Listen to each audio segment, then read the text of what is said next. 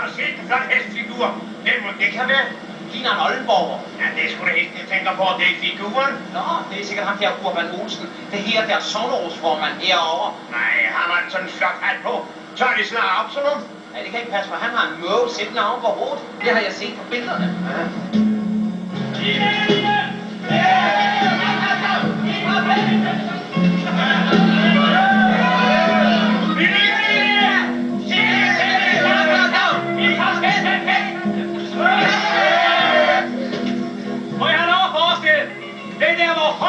Elskede åndelige leder, hans majestæt, kong Frederik den 7.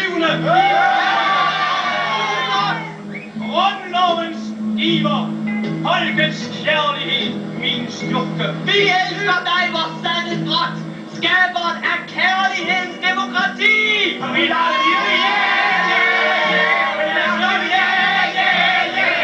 Livs kunstens fader, længe leve!